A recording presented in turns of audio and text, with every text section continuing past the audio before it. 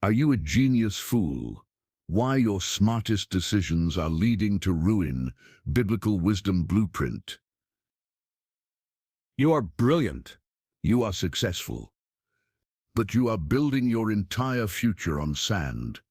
Every decision you make about money, relationships, and pride is fundamentally flawed. Why? Because you're chasing knowledge, not wisdom. Stop being a genius fool. This is the ultimate blueprint for a life that actually lasts. The foundation of wisdom, the fear of Jesus God. The pursuit of knowledge defines the modern era. We accumulate facts, master complex systems, and develop technologies at an accelerating pace. Yet, despite this intellectual ascent, true human contentment, ethical clarity, and personal peace remain elusive for many. This highlights a critical distinction, the difference between secular knowledge and biblical wisdom. Knowledge tells us how the world works. Wisdom tells us how to live well in that world. Biblical wisdom is not an abstract philosophical system. It is a practical, ethical, and spiritual framework for navigating the moral complexities of daily existence. It is the skilled way of living that leads to human flourishing, or shalom, often translated as deep peace and comprehensive well-being. This wisdom is sourced primarily from the Old Testament's wisdom literature, namely the books of Proverbs, Ecclesiastes, and Job, and is powerfully affirmed and amplified in the New Testament, particularly in the teachings of Jesus and the Epistle of James. The entire edifice of biblical wisdom rests upon a singular, foundational principle articulated repeatedly in Scripture. The fear of the Lord is the beginning of wisdom, and the knowledge of the Holy One is insight. Proverbs 9:10. This fear is not terror or dread. Rather, it is an awe-filled reverence, a profound respect for the divine moral order, and a humble recognition of Jesus God's absolute sovereignty and moral perfection. It is the submission of one's own intellect and will to the understanding that ultimate truth and ethical standards originate not from human consensus, but from the Creator. Without this moral compass, all human efforts and acquired knowledge, no matter how impressive, are ultimately directed toward futile or self-destructive ends. Over the next 10 sections, we commit to dissecting this biblical framework, moving beyond surface-level readings of verses. We will analyze the literary structure, historical context, and ethical application of these timeless principles, creating a comprehensive, scholarly guide to applying this ancient wisdom to modern challenges. Our goal is to transform the abstract concept of divine wisdom into tangible, actionable principles governing speech, money, relationships, and attitude. Literary origins, the wisdom literature genre. To grasp the depth of biblical wisdom, it is essential to place it within its proper literary and historical context. This wisdom is primarily contained within the collection of books known collectively as wisdom literature. These books contrast sharply with other portions of the Bible, such as the Law, Torah, or the Prophets, which focus on covenant history, divine commandments, and prophetic warnings. Wisdom literature focuses instead on universal human experience, moral observation, and the diligent search for meaning. The core of this genre includes 3 seminal books: Proverbs, Ecclesiastes, and Job. Proverbs is the practical, didactic side of wisdom. It functions as a guidebook or instruction manual for young people, offering short, pithy, and often contrasting maxims designed to train a person in righteous living, ethical conduct, and prudence. Proverbs offers a clear cause and effect view of the world. Obedience to God's wisdom leads to blessing and life, while foolishness leads to ruin. Job provides the philosophical challenge to this simple worldview. It is a profound poetic exploration of theodicy, the question of why the righteous suffer. Job demonstrates that the practical maxims of Proverbs, while generally true, do not account for every instance of human suffering. It reveals that true wisdom involves trusting the mysterious sovereignty of Jesus God, even when the logical correlation between virtue and reward appears broken. Ecclesiastes offers the experiential and existential side of wisdom. Written by Koheleth, the preacher, it is a deep, often melancholy reflection on the transient nature of all earthly endeavors. The theme of Hevel, often translated as vanity or futility, it explores what life looks like under the sun, without an eternal perspective, and concludes that all human striving is temporary. Its final enduring advice remains: fear Jesus God and keep his commandments. Historically, this literature was part of a larger ancient Near Eastern tradition. Wisdom texts from cultures like Egypt, e.g. the instructions of Amenemope and Mesopotamia, also contained advice on moral behavior, diligence, and respect for elders. However, biblical wisdom distinguishes itself fundamentally by grounding its ethics not in human experience or tradition, but explicitly in the character and covenant of Jesus God. The fear of Jesus God is the prerequisite for all insight, thereby elevating the maxims from mere cultural advice to divine instruction. This understanding of its literary and historical context shows that wisdom literature is designed not just to transmit information, but to form character in alignment with divine truth. Wisdom on speech, the power to create and destroy. If wisdom is the skill of living well, then control over one's speech is arguably the most critical skill to master. Both the Old and New Testaments dedicate substantial space to the power, danger, and proper governance of the human tongue, recognizing it as the primary tool for both social construction and personal devastation. The book of Proverbs is replete with warnings and instructions regarding the spoken word. It teaches that the mouth of the righteous is a fountain of life, while the mouth of the wicked pours forth ruin. The wise person understands that the tongue holds the power of life and death, and the wise choose life.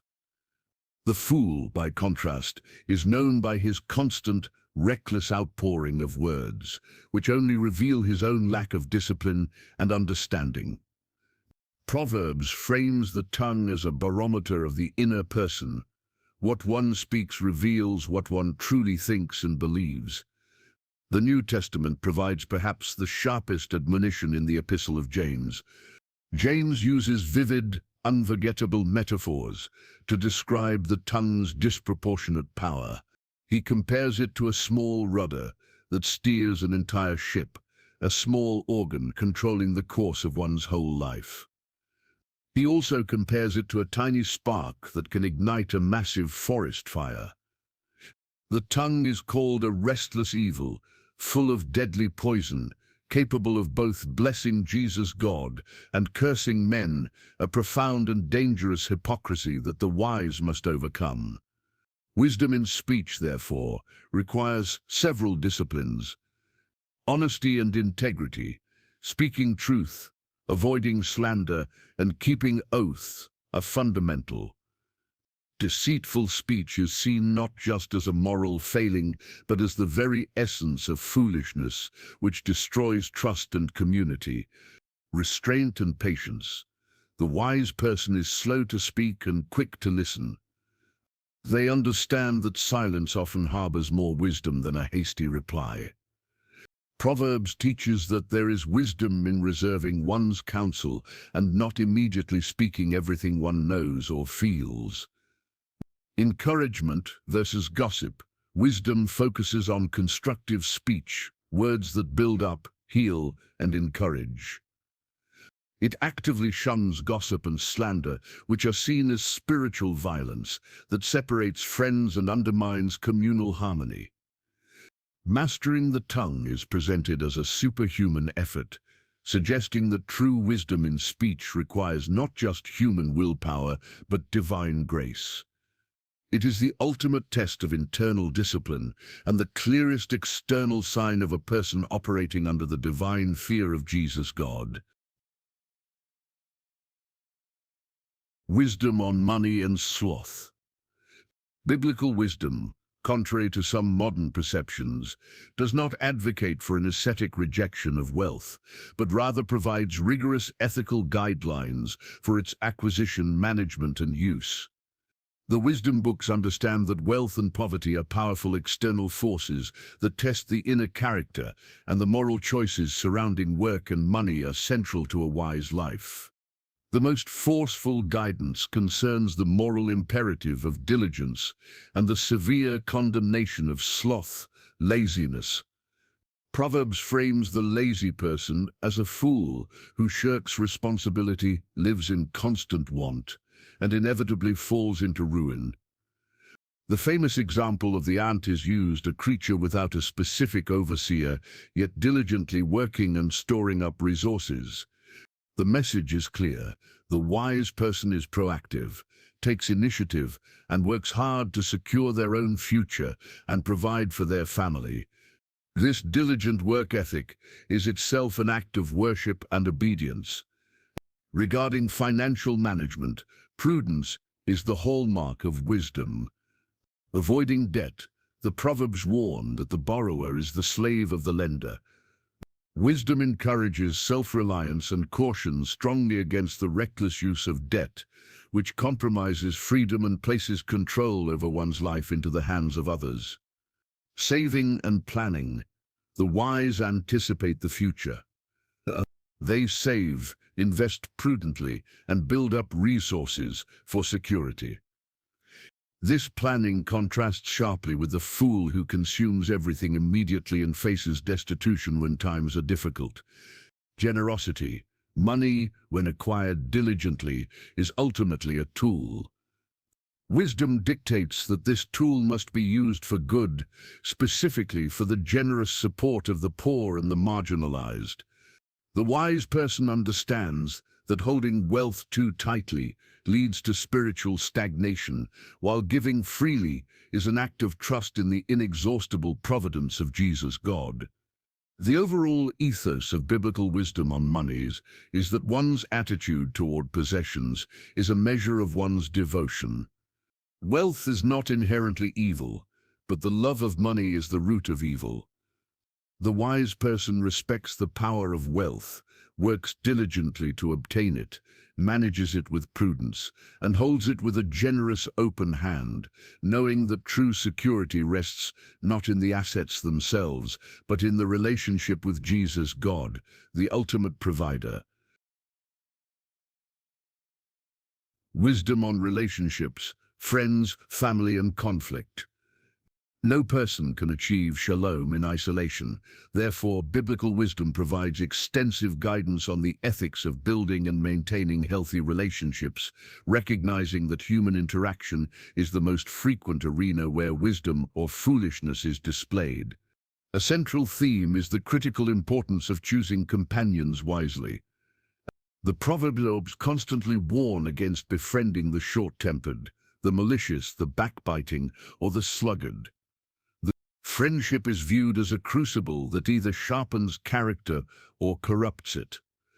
Whoever walks with the wise becomes wise, but the companion of fools will suffer harm. Wisdom requires the courage to detach oneself from corrupting influences and the diligence to seek out friendships based on integrity, loyalty, and mutual moral encouragement. Within the family unit, wisdom centers on parental responsibility, the crucial task of transmitting wisdom to the next generation. This involves more than mere discipline. It is the continuous instruction in the fear of Jesus God and the path of righteousness. The wise parent understands that the moral formation of the child is their most essential legacy, requiring consistency, love, and correction. Perhaps the most practical application of wisdom is found in conflict resolution. The wise person is characterized by their ability to control their immediate emotional response. The famous maxim, "A soft answer turns away wrath, but a harsh word stirs up anger," is the cornerstone of this philosophy. Key elements of wisdom in conflict include patience and endurance. A fool expresses all his anger immediately. A wise person is patient and slow to anger, understanding the long-term cost of impulsive rage. Accepting rebuke. The fool rejects correction and hates the one who points out his flaws. The wise person welcomes critique as a necessary tool for growth, recognizing that humility is the pathway to further learning and wisdom. Avoiding retaliation. The wise choose to leave vengeance to Jesus God, understanding that human attempts at retaliation only perpetuate cycles of conflict. Wisdom seeks peace and reconciliation, even when facing injustice. In essence, wisdom transforms the daily challenges of human interaction from sources of stress and bitterness into opportunities for growth, patience, and character refinement, proving that true maturity lies in managing oneself for the benefit of the relationship. Wisdom on humility and pride. At the heart of the divide between the wise person and the fool lies a fundamental difference in attitude, the presence of humility or the destructive force of pride. Biblical wisdom treats pride not merely as a character flaw, but as the foundational spiritual foolishness that precedes all other failures. Pride is defined as the radical belief in one's own self-sufficiency. The proud person believes they are the measure of all things, refusing correction, resisting advice, and attributing success solely to their own merit. This self-exaltation directly violates the foundational principle of wisdom, the fear of Jesus God, because it assumes independence from the divine moral order. The book of Proverbs is unambiguous about the consequence of this attitude. Pride goes before destruction, and a haughty spirit before a fall. The proud person builds their life on the sand of their own judgment, guaranteeing their eventual ruin. Humility, conversely, is the prerequisite for all growth and wisdom. Humility is not self-abasement, but the accurate recognition of one's place in the universe, reliant on Jesus God, finite in knowledge, and dependent on the instruction of others. The humble person is teachable. They welcome critique, are willing to change their mind, and actively seek counsel. This receptivity opens them to both divine grace and human insight. Proverbs teaches that the humble are exalted and receive honor, not because they demand it, but because their posture of dependence draws the favor and wisdom of Jesus God. The path to wisdom, therefore, is paved with acts of submission, submitting to the instruction of parents, accepting the rebuke of friends, and, ultimately, submitting one's will to the moral demands of Jesus God. The continuous cultivation of humility is the safeguard against the spiritual blind spot created by pride. When pride is conquered, the person gains the clarity needed to perceive and pursue true wisdom in every area of life. Wisdom on justice and authority. Biblical wisdom extends far beyond personal piety. It provides a comprehensive ethical framework for social interaction, governance, and the exercise of justice and authority. The wise person understands that true righteousness must manifest not only in private conduct, but also in public responsibility, particularly concerning the vulnerable. The wisdom literature, especially Proverbs, is relentless in its defense of the poor and the marginalized. It condemns all forms of oppression, financial exploitation, and legal manipulation. Justice is mandated for all, but the wise ruler is explicitly warned against neglecting the cause of the needy. The moral quality of a society is measured by how it treats those who cannot advocate for themselves. To exploit the poor is considered an offense directly against their maker. Conversely, to show compassion and fairness to the needy is the epitome of wisdom and righteousness. In matters of authority and leadership, wisdom demands integrity and service. The wise ruler governs with honesty, rejects all forms of bribery and corruption, and surrounds himself with wise, truthful counselors. Wisdom teaches that power is a stewardship, not a means for personal gain or self-exaltation. A leader's longevity and success are directly tied to their moral consistency and their commitment to truth and righteousness in judgment. This principle is foundational. Unjust governance is not merely political failure, but a spiritual lapse, as it distorts the very divine order Jesus God established. The concept of human justice is inextricably linked to the absolute justice of Jesus God. Knowing that the ultimate judge is impartial and omniscient provides the moral weight for all earthly decisions. The wise individual acts justly not only out of human decency, but out of reverence for the Creator, knowing that every action, whether in the private market or the public court, will ultimately be judged by an infallible standard. Thus, the pursuit of social justice is presented as an essential, visible fruit of genuine wisdom. Wisdom on Acceptance and Vanity. Hevel. The book of Ecclesiastes, often overlooked for its melancholy tone, presents the deepest philosophical reflection within biblical wisdom on the limits of human control and the ultimate meaning of life. The recurring theme is Hevel, which is translated as vanity, futility, or literally breath. Hevel describes the transient, elusive quality of all earthly striving, the recognition that everything we chase and work for is ultimately temporary, vanishing like a puff of smoke. The book documents the preacher's relentless, exhaustive quest for meaning through every conceivable human endeavor: extreme wealth, intellectual pursuit, sensual pleasure, and monumental work. His conclusion is uniform: everything under the sun, that is, everything viewed without an eternal perspective, is Hevel. This is not nihilism, but radical realism. True wisdom, according to Ecclesiastes, lies in the acceptance of human finitude and the limits of our control. The wise person acknowledges that they cannot control time, death, or the ultimate destiny of their wealth. This acceptance leads to a practical, present-focused form of wisdom, enjoying the simple, momentary blessings granted by Jesus God. Instead of anxiously chasing endless accumulation, the wise person is encouraged to find satisfaction in their daily labor, their food, and the company of loved ones. These simple joys are described as gifts from Jesus God, to be received with gratitude. This perspective liberates the individual from the exhausting pursuit of unattainable perfection or permanent security.